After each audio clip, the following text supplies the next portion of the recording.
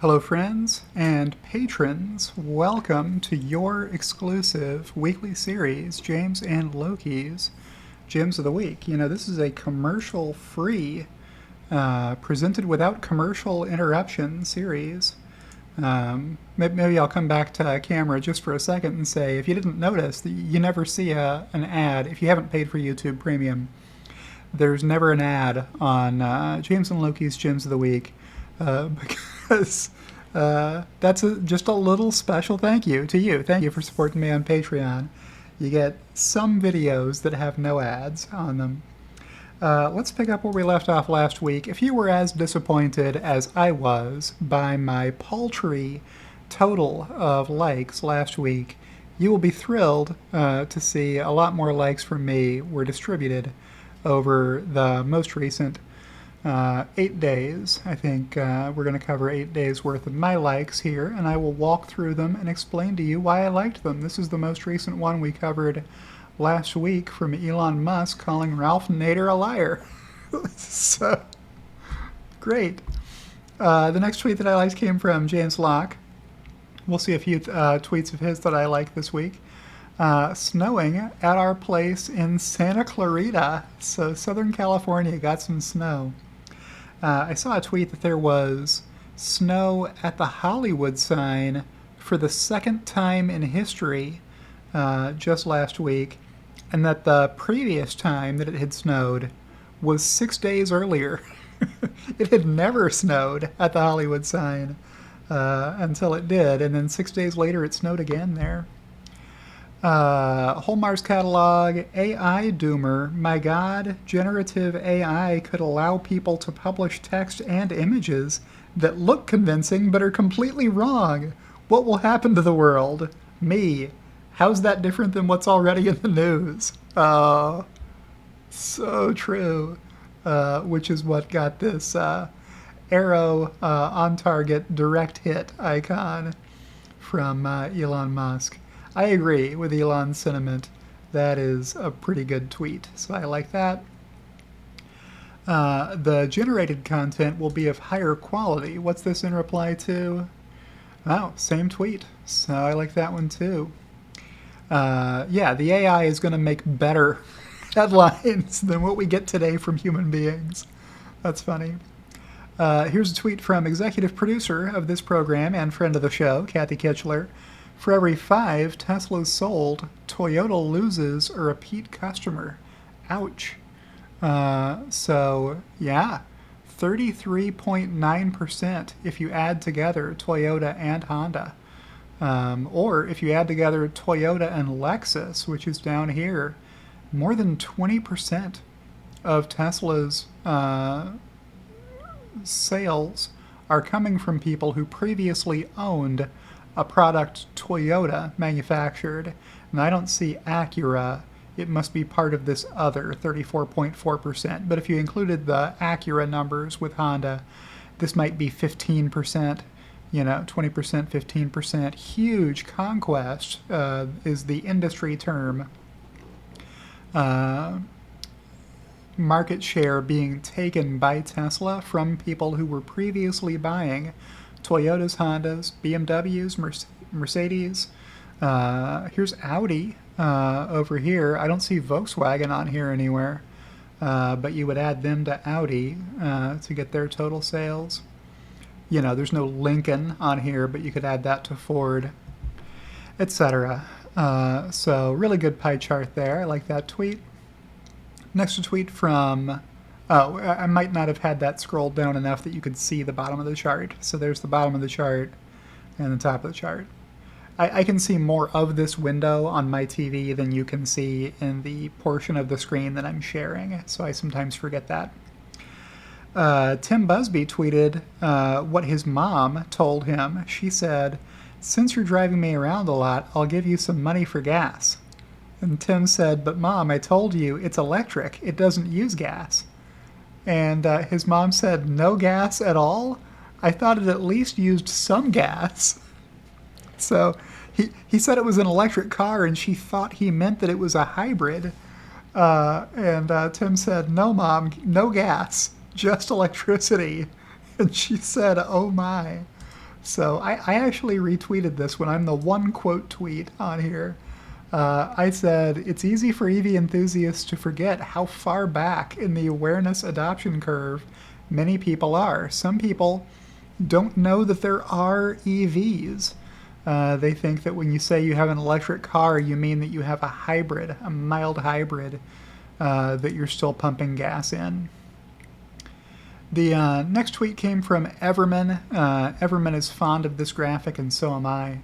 Looking forward to 2 SpaceX launches back-to-back, including Crew 6 to the ISS. He's been tweeting this out for a long time. Impossible is a funny word. With SpaceX landing a booster on a drone ship out in the middle of the ocean. What a crazy idea, and it worked. That's your example of thinking from first principles.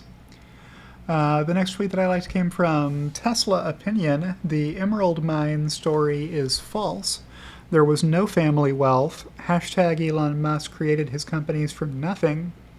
Business Insider is owned by KKR, which also owns billions in oil and gas projects, and are threatened by Tesla. So I was going to drop this same article on this tweet as the hopeful ratioing of it from an article that you should all have read by now from savingjournalism.substack.com. This is J. Arnold who wrote this article after painstakingly researching and interviewing first-hand accounts of all the myths surrounding Elon Musk that you'll hear people repeating on Twitter and elsewhere, including the Blood Emeralds story, which is so full of holes. You got to read that article and find out what actually happened. Next, a tweet from Joel Sapp. This reminds me of when former CEO Akio Toyoda said about Tesla, Tesla says their recipe will be the standard in the future, but what Toyota has is a real kitchen and a real chef. We are losing when it comes to the share price, but when it comes to products, we have a full,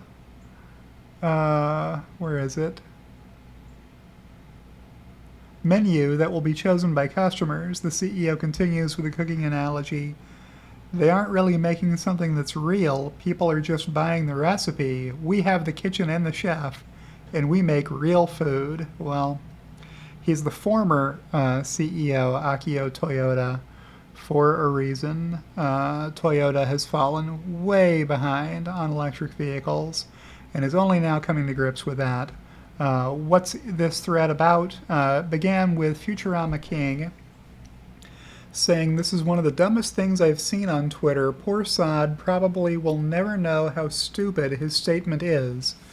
Frank Wunderlich Pfeiffer tweeted, a PHEV is a much more complex product than an EV.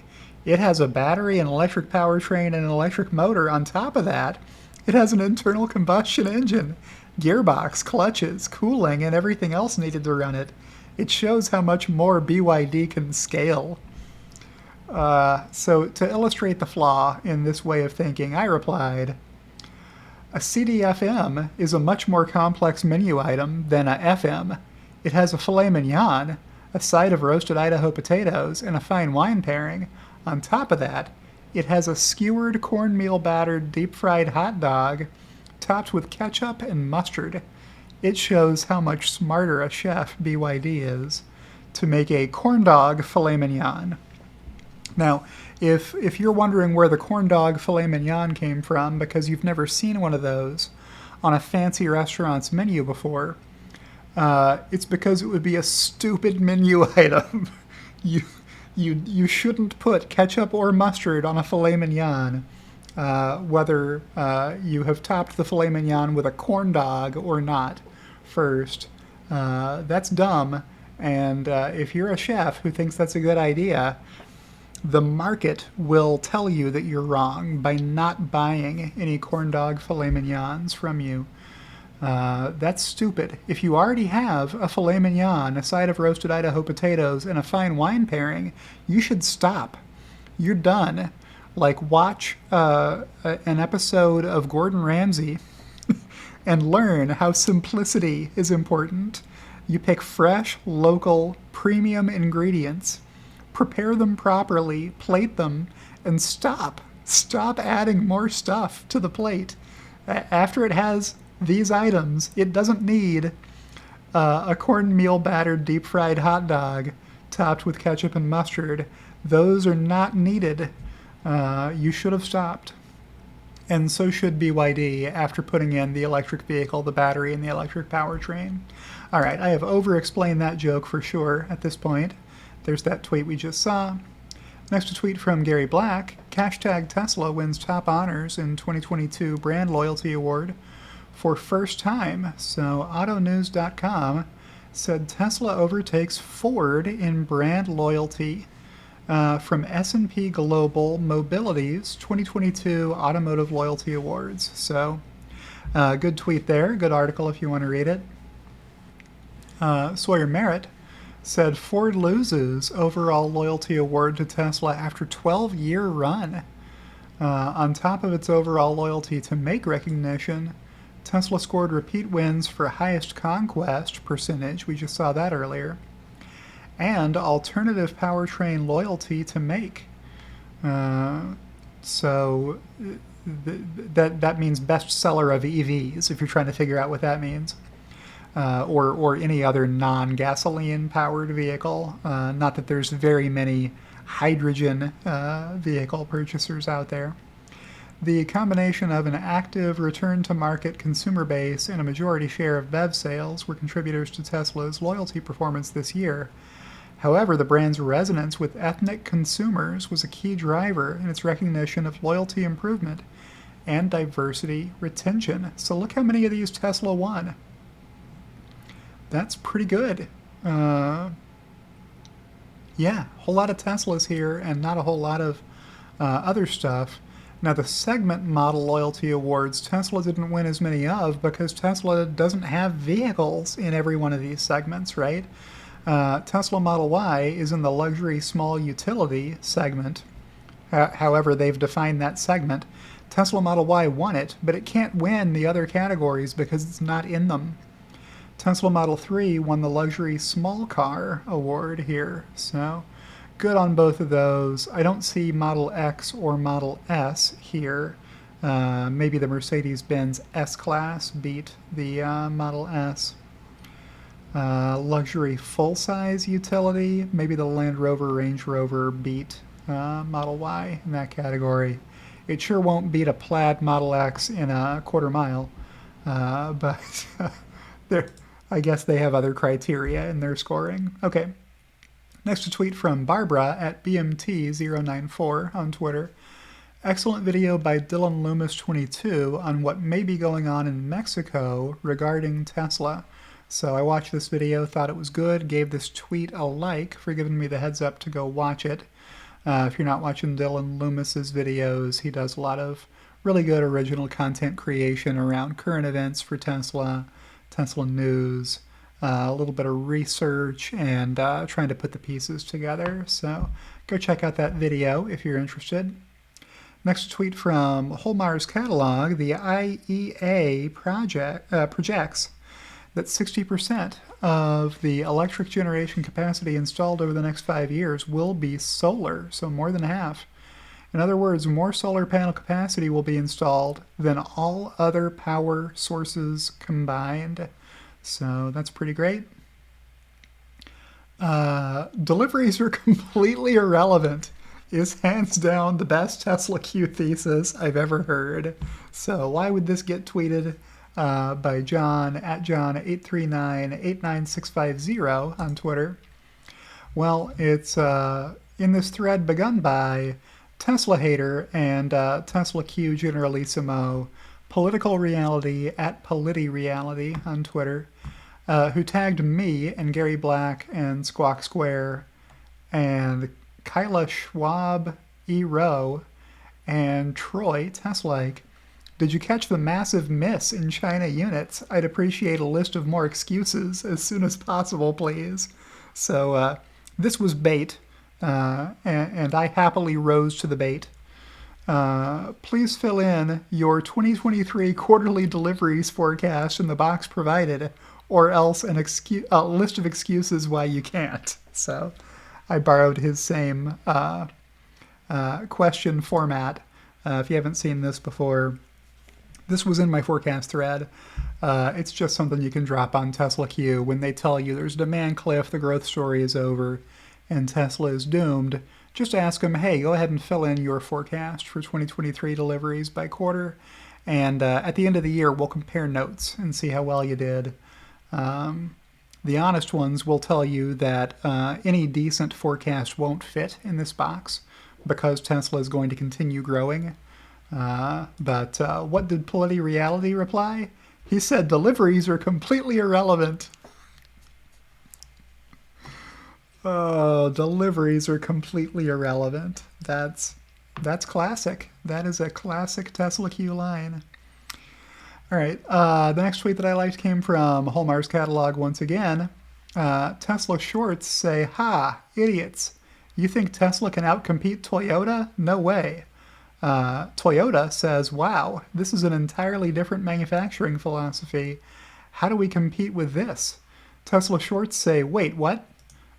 So here's an article about Tesla, a Tesla teardown that Toyota conducted and learned from it that the Japanese car company's fame designed for manufacturing expertise had been one-upped in many ways. The latest versions of Model Y, Toyota discovered, looked the same on the outside but had been completely revamped underneath. Tesla's use of gigacasting eliminated countless parts. It's not countless, it's I think 70 parts or something, just in the rear casting, and brackets by essentially casting the vehicle's front and back as two giant modules. Also, instead of plunking the battery into a frame between the axles, the latest Tesla battery layout acts structurally as the floor itself. So you're getting a huge portion of the frame of the vehicle in just those three pieces: a front casting, a rear casting, and a structural battery pack. Saving hundreds of parts that you would otherwise need to affix to each other during assembly. Also, instead of I just read that. By one Toyota estimate shared with Automotive News, Tesla's approach eliminated hundreds of parts and up to 220 pounds, while boosting the vehicle's battery range and slashing overall costs. It's a whole different manufacturing philosophy, one Toyota executive said. So, yeah, Tesla Q used to think that there was no way Tesla could outmanufacture Toyota because Toyota had been held up as the epitome of manufacturing expertise for many years with their approach to designing for manufacture. But Tesla is better now, and if you want an authority on that question, ask the folks at Toyota, and they'll tell you. Next, a tweet from Gemma at James Dalma on Twitter to ChatGPT. Write a short essay about how news used to be controlled by concentrated media organizations but has now become more democratized. Response: it's a long essay. I'll let you read it if you want to go read it. I do have a lot of likes this week, so I'll just put it up on the screen and you can pause it and see what Elon liked about this essay about the media and the democratization of news. So, yeah, Elon Musk replied accurate to this essay, so go check that out if you're interested. Next, a tweet from the Short Shorts historian, who I feel like I haven't liked enough in recent weeks, at Tesla Historian. Maybe he hasn't been putting out as many tweets as usual. This day in hashtag TeslaQ history, taking you all the way back to 2014 with this gem from Tweetermeyer, Tweetermeyer in this case being Ed Niedermeyer, one of the hosts of the AutonoCast podcast, and a longtime auto journalist.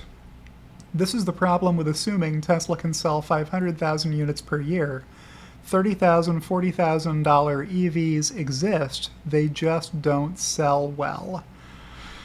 Well, Tesla sold more than 1 million EVs last year, all of them above a $30,000 to $40,000 price point.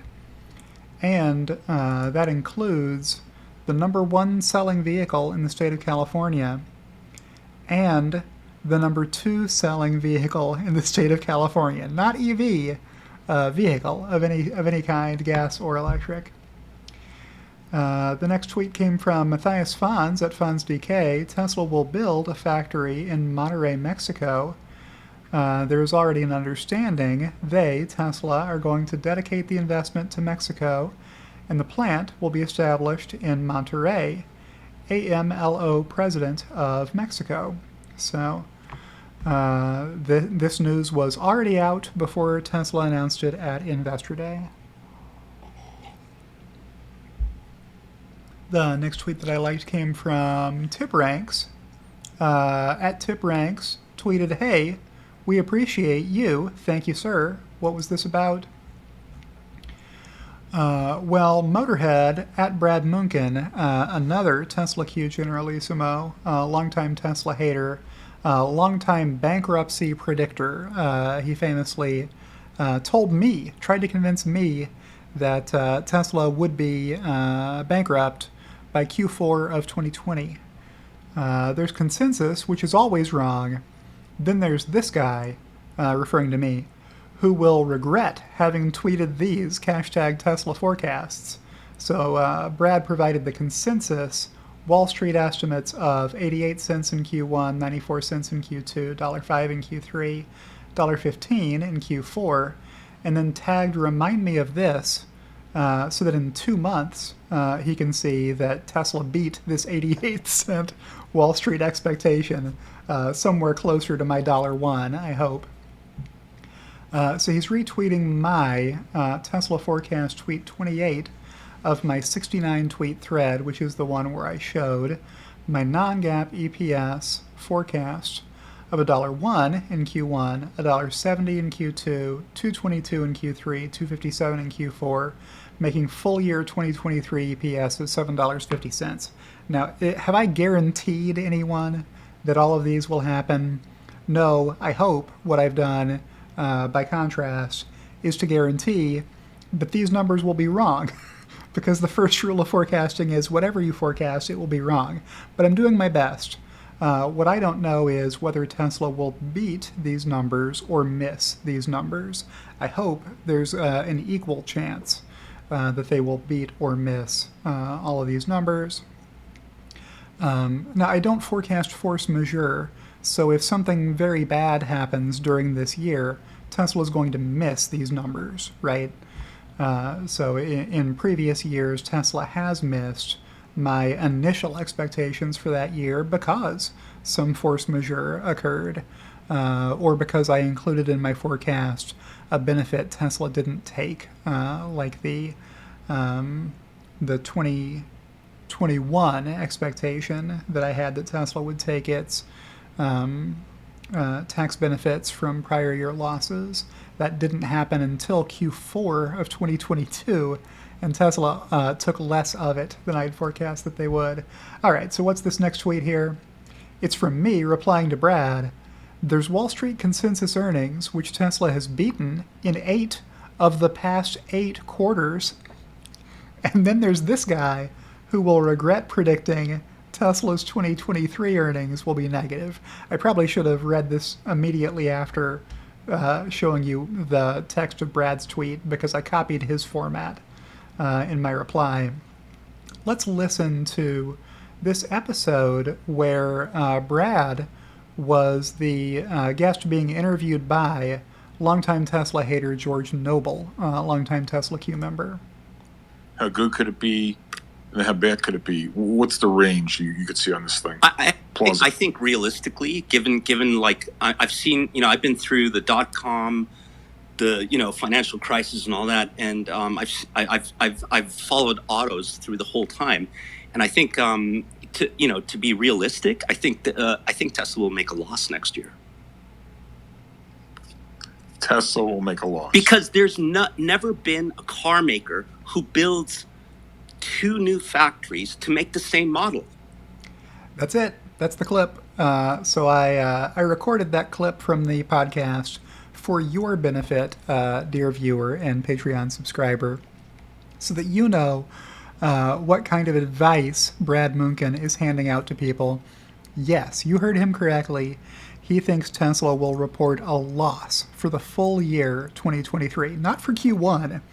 Like, so somebody could be forgiven for saying, hey, Tesla's going to have one quarterly loss this year and it'll be Q1, and then in the rest of the quarters they'll make more money.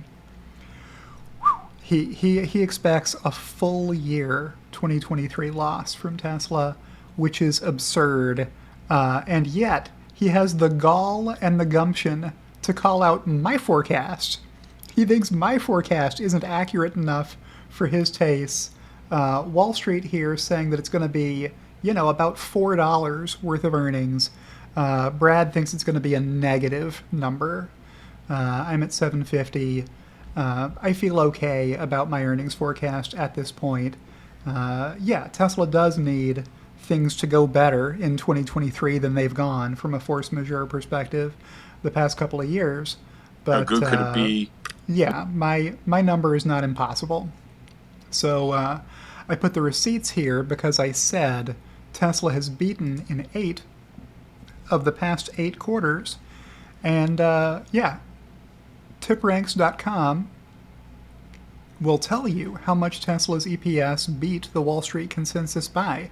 So in the most recent quarter, 2022 Q4, which was reported on January 24th, 2023, that's how you read this, Tesla reported $1.19 against a Wall Street expectation of $1.13 and a prior year 85 cents. Why the fractional number here? It's because Tesla did a 3-for-1 stock split. So it's only going to be an even number if it's divisible by 3. EPS year-over-year change, up 40% year-over-year in this quarter. How about the previous quarters? Tesla beat by a nickel. Tesla beat by 16 cents. Tesla beat by 36 cents. Tesla beat by 6 cents. Tesla beat by 8 cents. Tesla beat by 17 cents. Tesla beat by 5 cents. You got to go back more than 2 years to find a quarter, 2020 Q4, where Tesla missed Wall Street's EPS expectations by 7 cents. And that is why TipRanks replied to Ian Hollinsworth, who said TipRanks is great. So that's why I like that, those couple of tweets there. So the next tweet that I liked came from Sawyer Merritt. News: the investigation into the Tesla Model Y crash in Chaozhou from November has concluded. Video below. The investigation found driver error. The accelerator was pressed 100% of the time and that the brakes were never applied. It was driver error. Autopilot was not engaged, which Tesla fans said from the beginning, hey, people have been driving fast cars and smashing them into stuff for as long as there have been fast cars, right? You can't fix the human element of putting a driver behind the wheel who is allowed to floor it and then steer the car around or into whatever they want. So that's the case here. This car accelerated out of control because the driver didn't hit the brake. And in case you didn't know, even if the accelerator is pressed all the way to the floor, let's say you have a floor mat that was poorly designed and doesn't fit your car, and you manage to flip it up and it is pressing the accelerator to the floor, if you depress the brake pedal all the way to the floor, the car will still stop. So if there's a fight between the two pedals, the brake and the accelerator, the brake wins. Even if the accelerator is floored, you can stop the car by pressing the brake pedal. And this driver could have done that and didn't. The next tweet that I liked came from Alex at Alex_Avoit on Twitter. A Toyota executive who analyzed the Model Y told Automotive News, taking the skin off the Model Y, it was truly a work of art. It's unbelievable. So I like that tweet. Next, a tweet from Electrek.co at Electrek.co on Twitter. What's this? We are charging a Chevy Bolt on a Tesla supercharger in North America. The EV charging world has changed. So you can see the adapter. There's a spot to hold this adapter. And the new development from Tesla is that if you have a non-Tesla vehicle that takes that CCS charger port, that you can pull up to the Tesla charger and it'll figure out how to sell you a charge with the regular supercharger connector attached to a Magic Dock that has the CCS adapter on it.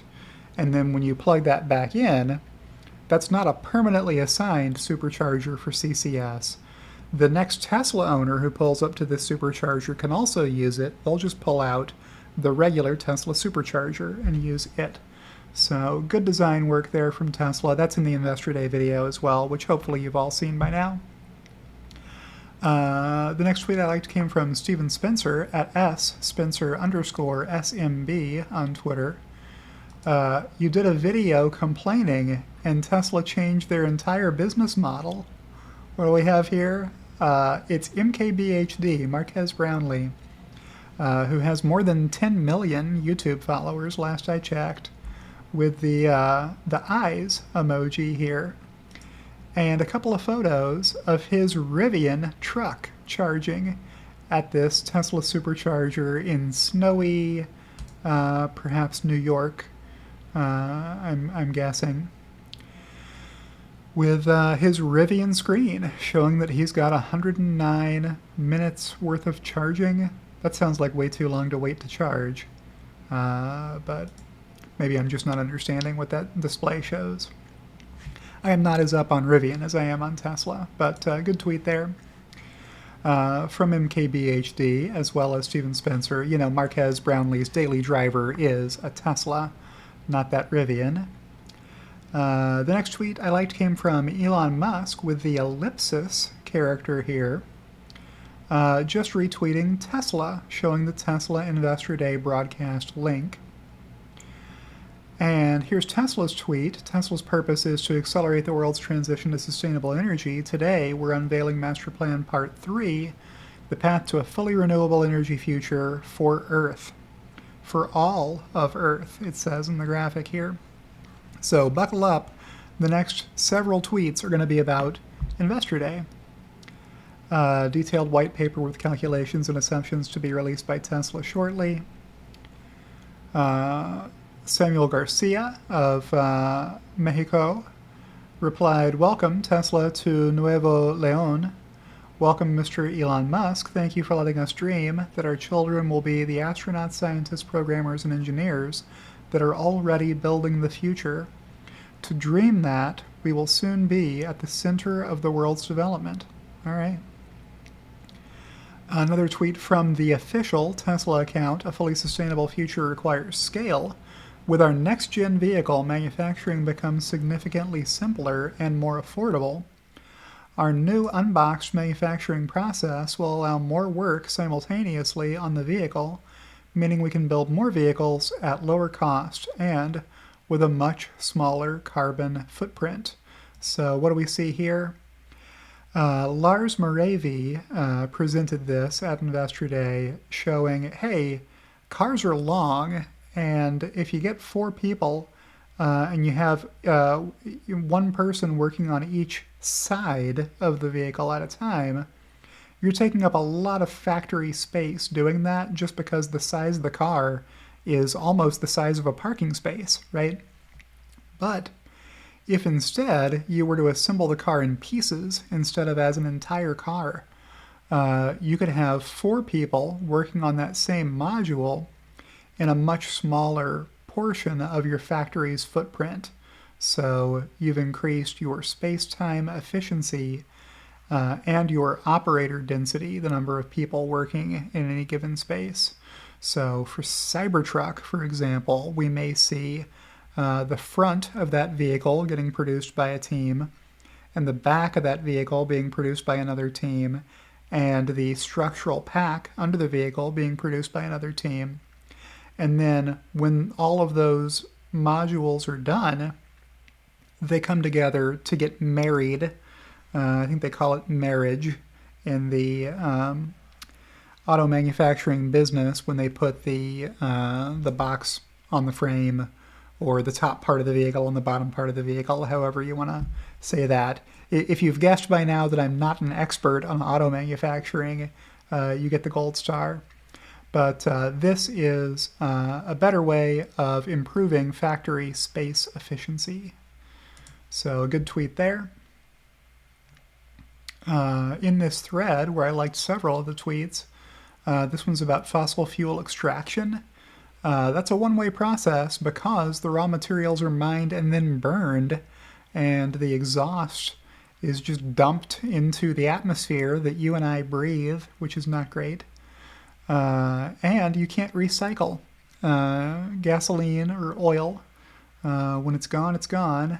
Sustainable economy, well, it's not as gone as we would like it to be, is the problem. Some of that pollution remains in the atmosphere until somebody can figure out a carbon sequestration strategy that's effective and cost-effective. Sustainable economy requires less mining overall, with recycling further reducing mineral demand. So, yeah, you do have to mine some of the materials that go into electric vehicles, but at the end of the life of that electric vehicle, almost all of that material can be recycled, smelted down, sorted back out, and made into something else, maybe another EV. Elon is fond of saying, think of an old battery pack as extremely high-grade ore. So you would have a very large supply after EVs have disrupted gasoline transportation to use to make more EVs at the end of the product's life. We believe a sustainable energy economy can be achieved with the following changes led by both Tesla and other companies: replacing the existing fleet of combustion vehicles on the road with EVs, using heat pumps in homes and businesses and industry, implementing a high-temperature heat delivery and storage for industrial processes, transitioning to electric planes and boats, and powering everything with renewable generation and stationary storage, as this graphic shows. It doesn't get very much bigger when I click it. Alright, so I'll back out of there and head back to the tweets that I liked.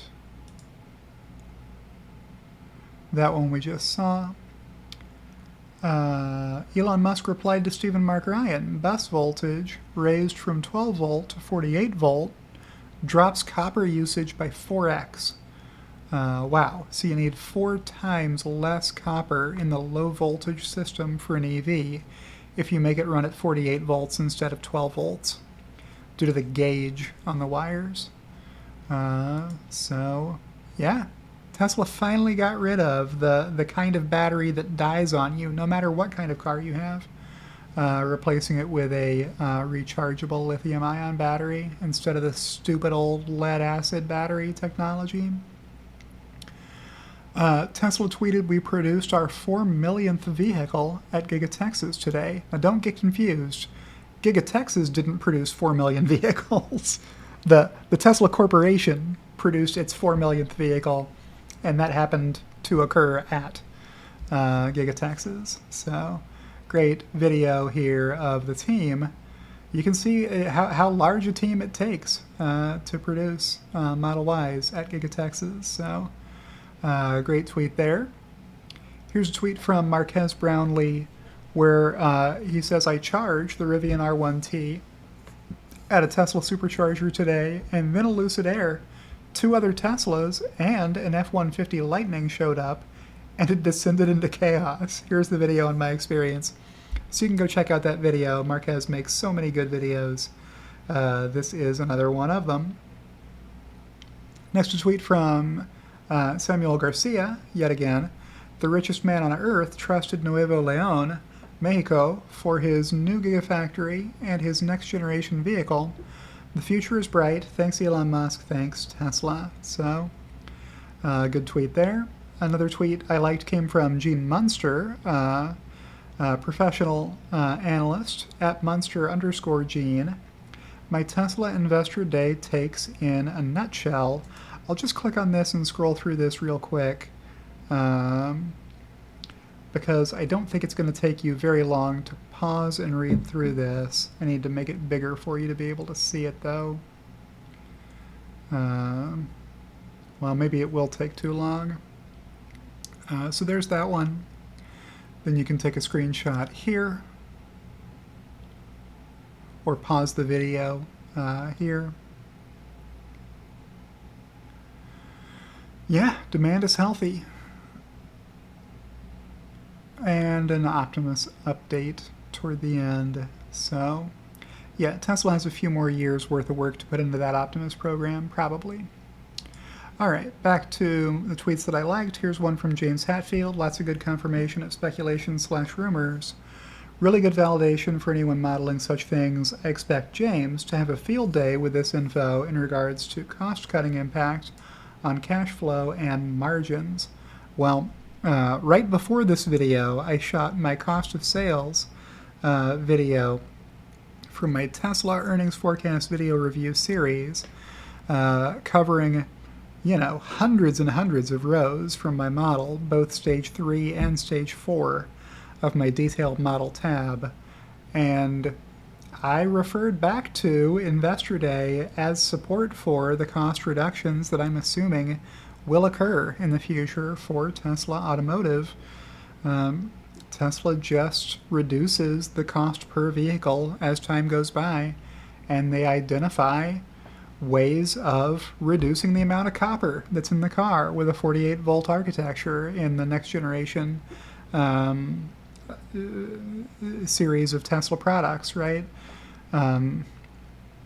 They're always hard at work on ways to reduce cost, and Zach Kirkhorn, the CFO, remarked upon that toward the end of the presentation when he was giving the summary remarks. He said, hey, I didn't tell everybody to update you on how they're saving on costs, but nearly every presentation identified ways that they're making the company more efficient over time. Less waste, better costing per unit sold.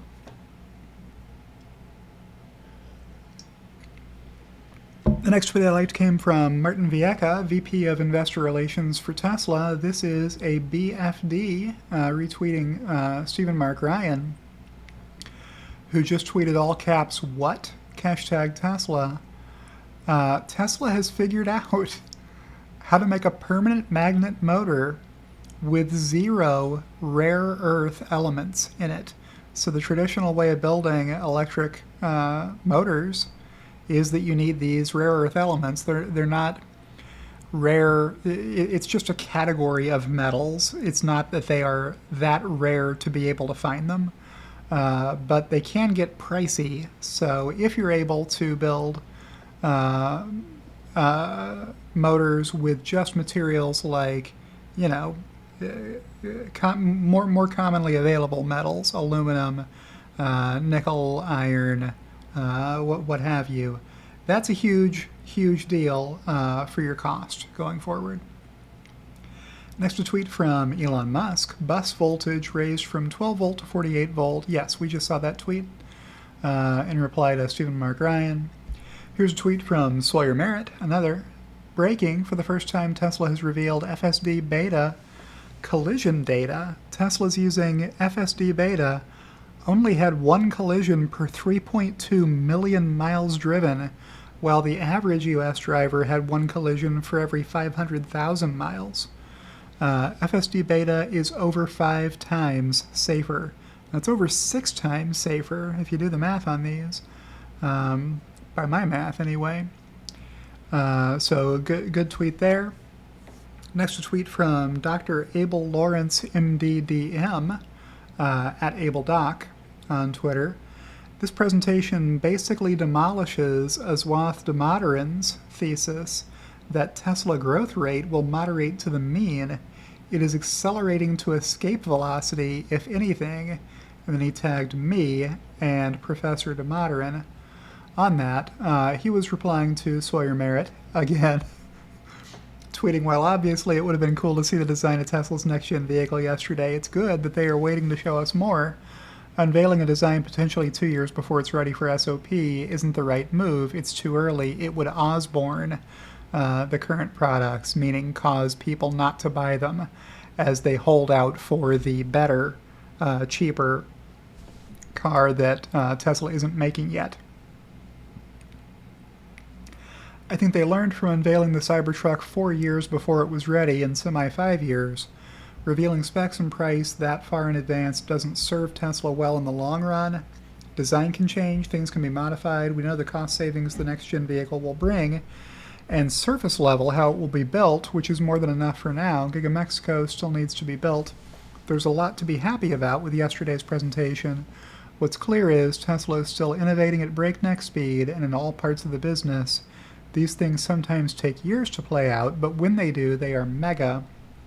Tesla continues to demonstrate incredible ROIC, return on invested capital, and the future is bright. Hey, this has 420,000.69 views, so that's fun. Yeah, did we get a reply from Professor Damodaran?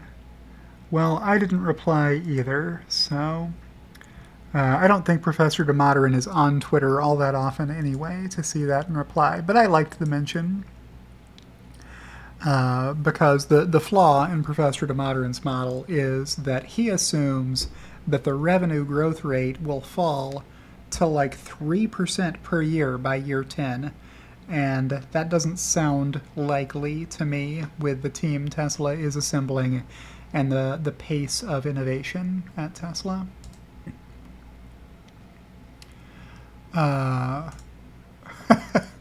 This is just a silly tweet that I liked from Richard Rombold, who has a profile photo of Chihuahua here that looks a little bit like Loki. So here's Loki in this photo. On the night of the Investor Day presentation, I said, I am loving these graphics. The more we look, the more we find. And then I put eyes emoji here, along with a dog face emoji and a hashtag Tesla, because Loki is down here at the bottom corner, and I had to say 12 hours after I tweeted this, still not one comment about Loki. I'm disappointed in my followers' collective looking and dog finding skills. So here he is at the bottom. I mean, he's a little camouflaged with the TV being about the same color as his fur, but I thought more people would have spotted Loki and commented on it. All right, next tweet from Islam Muhammad at IGM95 on Twitter. Many think Tesla is disrupting the auto industry simply by making battery electric vehicles. Big mistake. Big. Huge.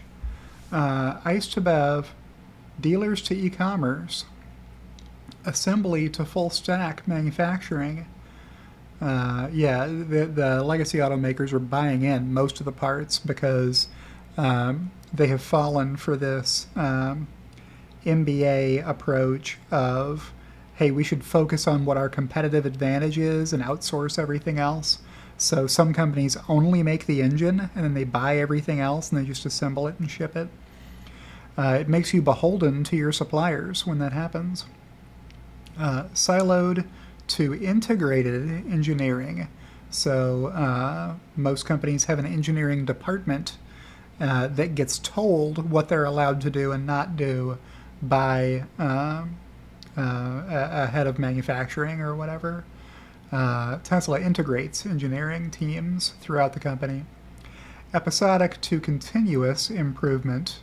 Yeah, so most companies do a model year. So, the Volkswagen Beetle has been getting produced since 1940, earlier. I don't know.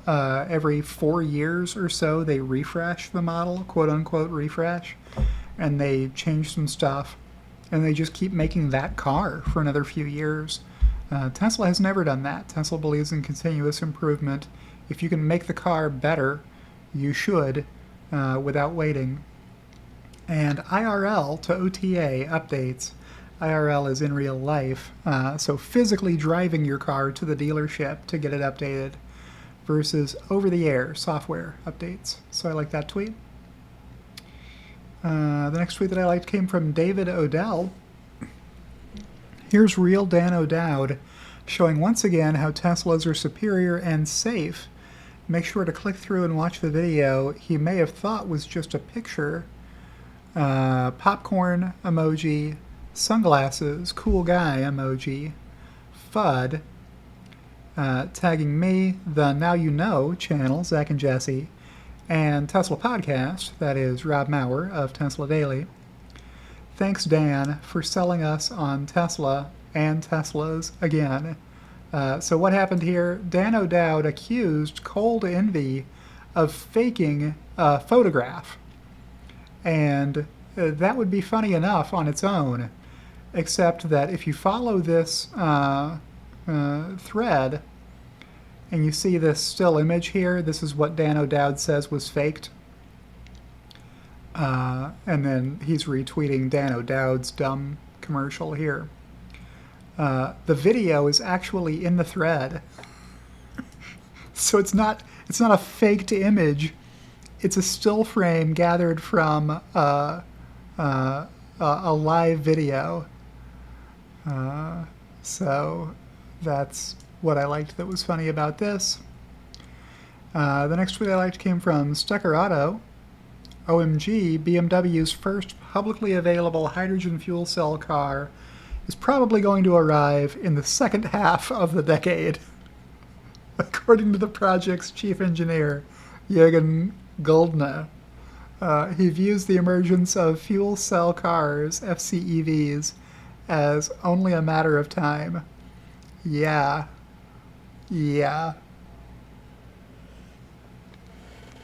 Can you make a less confident estimate of an ETA than probably it will arrive in the second half of the decade? It's 2023 right now, so probably means there's some chance that it won't arrive in the second half of the decade. So BMW is telling us they have a hydrogen vehicle that may not exist yet in 2029. That's funny. Pierre Farragut sent this tweet that I liked. I haven't seen a single right take on Tesla's announcement about silicon carbide yesterday, except ours, of course. Let me explain. Now, Pierre would be doing a much better job narrating this in his French accent. I will not attempt that. The silicon carbide content of a Model 3 is $500. The main inverter is pure silicon carbide. In the Model 2, that cost is not acceptable. Tesla will therefore combine $125 of silicon carbide with IGBT MOSFETs, maybe $30 to reduce the bill of material. The idea of this hybrid architecture is to run most of the time on silicon carbide and turn on IGBTs for surges, strong acceleration. This hybrid model for a low-end car, it will not apply to a Model 3 or above where 100% silicon carbide is economically viable and makes for a much higher performance and better range. The hybrid model expands the addressable market of silicon carbide, making it viable for the low end of the market. This is a positive for silicon carbide, not a negative. So the next generation cars won't have the premium acceleration that the higher priced cars have, but not everybody needs super acceleration, right? My Model 3 is faster than most people want to drive most of the time. So if you're buying a car that's significantly cheaper, it's okay for it to have only average acceleration, and for Tesla to save $350. That's a huge savings off a $500 part, right? Saving more than half the cost. So good tweet there from Pierre. Next, a tweet from Your Thaker at FreshJiva on Twitter. Hot take: replace calculus, useless for 99% of people, with finance, useful for 100% of people in high school curriculums. Intro to broad asset classes, stocks, bonds, real estate, how to save, how to invest, compound growth, intro to 4 to 5 legendary investors and what they recommend for beginners. Yeah, that would be a lot more helpful to people in their actual lives after high school than understanding how calculus equations work. Next, a tweet from the Short Shorts historian. I like two of his this week. In 2022, Model Y was the 6th best-selling vehicle in the United States, with about 250,000 units delivered. Hey, fly for dat, still around on Twitter, hating on Tesla. I assume Mach-E deliveries were about the same, right? Winky emoji. So here's a screenshot from Fly for Dat. Breaking, Mustang Mach-E likely has more U.S. reservations than Tesla Model Y. Paul Hoofman replied, money is made on deliveries, not reservations. Fly for Dat replied, let me tell you a huge secret. Regarding deliveries, the race between the Model Y and the Mach-E is a tie. That was March 3rd of 2020. So here we are 3 years later. Mach-E not selling anywhere near 250,000 units per year. They're selling a far, far smaller number than that. Here's that other tweet that I promised you I would show you from James Locke. Our Northwest Territories plated Model S and X circa 2017. These traveled all over the US and Canada as cold as minus 40 degrees Celsius.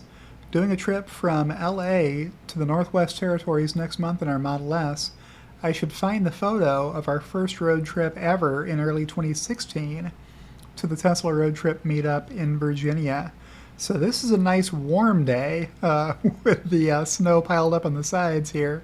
A lot of dirt on the road here for traction for when it snows, which happens frequently in the Northwest Territories province of Canada, where Hay River is located. That's where James Locke and his wife, Jansky gal, I want to say, lived before they moved to LA. So let me click through here. It'll tell me here, won't it? Dr. Lisa Locke at Jansky_girl on Twitter. So here they are in this photo from a few years back. And I replied, is this the photo you were looking for? From May 13th of 2021, when James Locke was better able to find this photo. Driven my EV in temps as low as minus 40 degrees Celsius. No issues. Kathy replied, pretty sure James can double as the Wayback Machine. I said, my tussles with Tesla Q have earned me black belt Twitter search skills. So that's how I was able to find this photo. Check it out. I mean, that's the 60th parallel. If you don't know what that's telling you, is you are crossing into the last third of the distance from the equator to the North Pole. That's what being north of the 60th parallel is. There's 90 degrees above and below the equator. So if you're above the 60th parallel, you have made it more than 2/3 of the way from the equator to the North Pole. That's a long ways north. Speaking as a Floridian, And I liked a couple of these tweets we just saw. I liked a tweet from Car Dealership Guy at Guy Dealership on Twitter. You better not miss a car payment. Ford has filed a patent that would allow self-driving cars to drive away from owners who can't keep up with their payments. Well, the patent is not yet approved. The future is most definitely going to be wild. Yeah. Don't miss a car payment, and don't leave anything in the car that you would miss if it drove away without you. Otherwise, you're relying on the repo man to bag your stuff up and deliver it to you, I guess. Next, a tweet from Dave Lee. Tesla's next drive unit will cost just around $1,000, i.e. electric motor, inverter, etc., which is unheard of for an electric powertrain. One of the keys is the 75% reduction in silicon carbide that we heard Pierre talking about earlier, which is a major cost in the current inverter/power electronics of the drive unit. With this slide, well, now you can't read it. Even more scalable, 50% reduction in factory footprint, any battery chemistry accepted. That's pretty great. So I like that tweet. And the one above it, Tesla's next-gen vehicle will cost Tesla 50% less to build, and also will shrink the factory space required by at least 40%. Another one from Sawyer here. Tesla has released the full Investor Day slide deck for anyone to download. There are 169 slides, pages in total. I hope somebody did that on purpose. I don't know why. It's just, well, maybe it's because Stevenson indicator rises by $1.69 every 3 days. Whatever. If you can't tell jokes, Stevenson indicator is parody technical analysis. Sometimes people mistake it for authentic. Well, is there such a thing as authentic technical analysis? As intentional technical analysis, maybe? It's parody technical analysis, which is what the TM after it is supposed to indicate to people. Stephen Mark Ryan tweeted, that gap has closed fast. What gap is he talking about? Well, Elon Musk started off with this meme. Even in the singularity, it was impossible. I'm not even sure I understand this meme. Somebody tell me in the comments what I'm missing about this meme of death grabbing people out of the claw game. But I replied, less than 3 million more followers to go with the death meme, where Elon Musk is playing the role of death, knocking on the door of Barack Obama, having already terminated Rihanna, Katy Perry, and Justin Bieber. That's the way you use the death meme. I did explain myself afterwards for anyone who took this the wrong way. Context, for those who don't get it, here is the top 10 list of the most followed Twitter accounts. So Elon has passed all of them except Barack Obama. That is the last door he needs to knock on to be the #1 most followed account on Twitter. And he's close. 3 million sounds like a lot, but if you're already at 130.5 million, it's not that much farther to go. He'll be there in less than a month because President Obama is not accruing new followers at the same rate he once did, or the rate Elon is today, which is the more important determinant. Next, a tweet from Andy Phillips at FlyerAndyP on Twitter. How's everyone else's day going? Andrew Phillips, welcome to the Tesla family. Well, Andrew Phillips was already in the Tesla family. This is his second Model Y. This one's a 2019, a used that he bought. It was a little strange experience. Delivery center was literally a windy parking lot with a bunch of cars. The Tesla guys were working out of a Model X as their office. White SR Plus for my wife, white on white. So here's what Andy Phillips looks like if you always wondered who Flyer Andy P was. Pretty sure there's... Yeah, here it is. 2019 SR Plus. Buying used from Tesla is like buying new. That's the comment I was here for. So he got one for his wife. Next, a tweet from Scott Wayner at ScottWWW. Tesla FUD is getting dumber by the day. Try harder. Car and delivery fudster at Ezra Dyer. What are we looking at here? Well, the guest essay in the opinion section says a 120-year-old company is leaving Tesla in the dust. All right, let's hear you out. What's your theory? Sure, Ford sold only 15,617 electric F-150 Lightning pickups in 2022, but that beats the Cybertruck sales by, let's see, 15,617. So how is Ford leaving Tesla in the dust? By selling more of a vehicle Tesla hasn't started selling yet. That's how. That's funny. And the last tweet that I liked came from Tesla Owls, Unit Police at Tesla Owls on Twitter. You will not believe which rickshaw company is leaving Tesla in the dust. This smartphone company crushed Tesla's smartphone sales last year. Tesla is so far behind the record player industry, it's not even close. Yeah. These are similar points to the one Ezra Dyer made. Was there one more here? Yeah, Tesla is still dominating EV sales in the U.S. New electric vehicle registrations by automaker in the U.S. In the first 4 months of 2022, Tesla was already trouncing Ford by more than an order of magnitude. So, yeah, maybe instead of cherry picking, just look at the totals.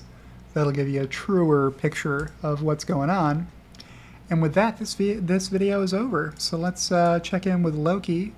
Can't even see him. He has ducked his head back behind his blue curtain, blue blankie. And thank you, as always, for being patrons of my Patreon account. I appreciate your support. It means a lot to me to be able to encourage me to do more work on Tesla, creating more original digital content, charts, memes, forecasts, and videos like this one. Don't forget to like the video, comment below if you have any suggestions for me or just want to say thank you or whatever else you want to comment about, ask a question. And if you're not subscribed to my channel already, you ought to be, but you can subscribe over here. And a special thank you to my executive producers, Kathy Kitchler and Halter Ferguson Financial, who joined my YouTube channel at the top support tier. And I'll see you all in the next one.